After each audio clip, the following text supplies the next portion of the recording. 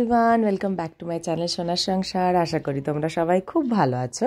আমিও খুব ভালো আছি। আমার একটা নতুন ভ্লগে তোমাদের সবাইকে স্বাগত জানাই। তোমরা দেখে বুঝতেই পারছো যে কোথাও একটা যাচ্ছি আমরা সবাই মিলে। তো যাচ্ছি আমরা আমার শ্বশুরবাড়ি, নিজের শ্বশুরবাড়ি, যেটা হচ্ছে বর্ধমান কাটোয়ার থেকে আরেকটু যেতে হয় বিল্লেশ্বর গ্রামে। শিবরাত্রির জন্যই আমাদের ওখানে স্পেশালি যাওয়া। ওখানে শিবরাত্রির মেলা হয়। তারপরে আমার মা বাবা আমার দেশের বাড়ি যায়নি একবার, আমার শ্বশুরমশাইয়ের করা বাড়ি দেখেনি, তাই জন্যেই যাওয়া আমাদের সবাই মিলে এই উদ্যোগ করে গাড়িতে। আর শঙ্করের জন্য এটা ফার্স্ট এক্সপিরিয়েন্স, ও এত দূর গাড়ি চালিয়ে যায়নি। একটা মনে মনে ভয় হচ্ছিল যে পারবে তো এতটা রাস্তা একা, তারপরে রাস্তা পুরোটা চেনা নয়, ম্যাপ দেখে যেতে হবে। কিন্তু ওর যে কনফিডেন্স লেভেলটা দেখে ভরসাটুকু হয়েছিল যে এবার ছেলে কিন্তু উঠে গেছিলো আমরা যখন বেরিয়েছি ঠিক 7:30 ওই সময়। এবার রাস্তায় অনেকক্ষণ চুপচাপ বসে বসে গেছে। তারপরে দেখো কাণ্ড,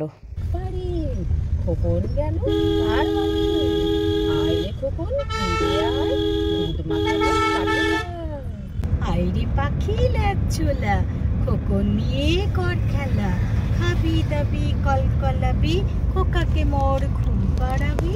ওটা পড়বো তো, ওটা পড়বো তো, ওইটা খুকু এসেছে বেরিয়ে, পায়ের ঘুঙ্গুর হারিয়ে গেছে গেছে হারিয়ে, আবার দেব গড়িয়ে। এবার ছেলে যেহেতু একটু চঞ্চল বেশি, একভাবে বসে যায় না কোথাও, তো ওই জন্য আমাকে সব জায়গাতেই বই ক্যারি করতে হয়। তো আমার ল্যাপটপ ব্যাগে নিজেই বই দেখতে পেয়েছে।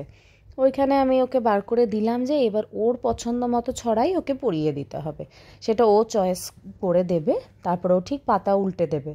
তো ওই জন্য আমাকে আর মাকে ওরমভাবে রাইমস পড়িয়ে পড়িয়ে বিভিন্ন জিনিস দেখিয়ে ওকে নিয়ে যেতে হচ্ছিল। আর এইবার দেখো আমরা ঢুকবো আমার শ্বশুরবাড়িতে। ঢুকেই দেখি বাবা সব আয়োজন করছে, ওখানে মাংস রান্না হবে। প্রায় 3 কিলো মতো মাংস আনা হয়েছে। ওই 3 কিলো মাংস রান্না হবে, মানে এখানে আমাদের এই গ্রামের কি রেওয়াজ বলো তো, শিবরাত্রির পরের দিনই মাংস ভাত হবে সবার বাড়িতে। মানে সবার বাড়িতে আত্মীয় স্বজনরা সবাই আসবে আর মাংস ভাত হবে। তারপরে সারাদিন আমাদের খুব ভালো কাটলো। ওখানে যে আত্মীয় স্বজন সবাই আছে সবার বাড়ি বাড়ি গেলাম, আরও কাকা জ্যাঠা সবার বাড়ি ওখানে গেলাম। তারপরে যারা পাড়া প্রতিবেশী আছে। তো এই পরের দিনের এটা ভিডিও। পরের দিন আমরা যাচ্ছি চান্দ্রাইতলা। চান্দ্রাইতলা মানে হচ্ছে আমাদের শাসনতলা, যেখানে বাচ্চা হওয়ার পর নিয়ে যেতে হয়। অন্নপ্রাশনের সময় একটু মতো চুল কাটে না, ওই চুলটা দিতে হয়। তো আমাদের এতদিন আসা হয়নি, তো এই এতদিন পরে আমরা এবার ভাবলাম না, চান্দ্রাইতলাটা এবার যেতেই হবে।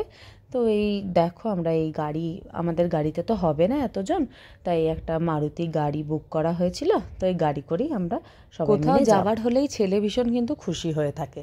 তো আমরা সবাই কিন্তু স্নান করে নিয়েছিলাম। আর আমার ছেলের নামে যেহেতু পুজো দেওয়া হবে, ওই জন্য আমি কিচ্ছুই খাইনি, শুধু সকালে চা খেয়েছিলাম।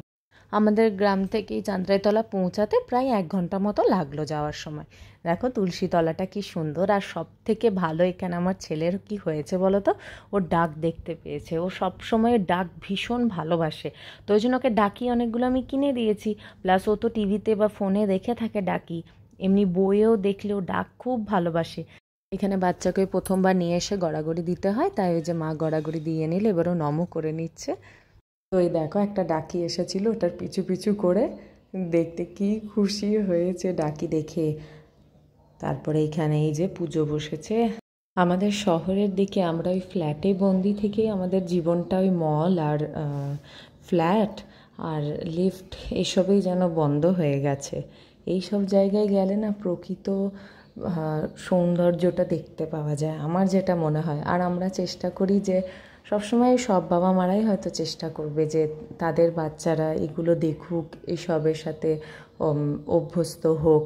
তো ছেলে যেহেতু ওখানে ডাকি বুঝতে পেরেছে, ডাকি দেখতে পেয়েছে প্রথমবার সামনে থেকে, আর ও এটাও বুঝতে পেরেছে, রিলেট করতে পেরেছে যে জল থাকলেই ডাকি থাকবে। তো রাস্তায় যত জায়গায় ও জল দেখছিল না, তত জায়গায় ও উঠে উঠে বসছিল ডাকি দেখার জন্য।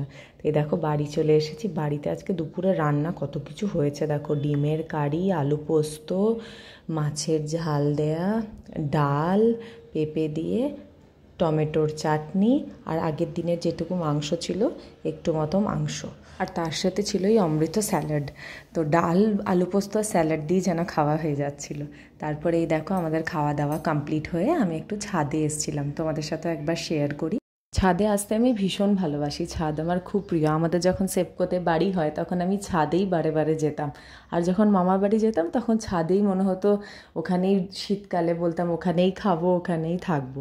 তো এই দেখো, আজকে তাহলে আমার ভিডিও এই অবধিই থাক।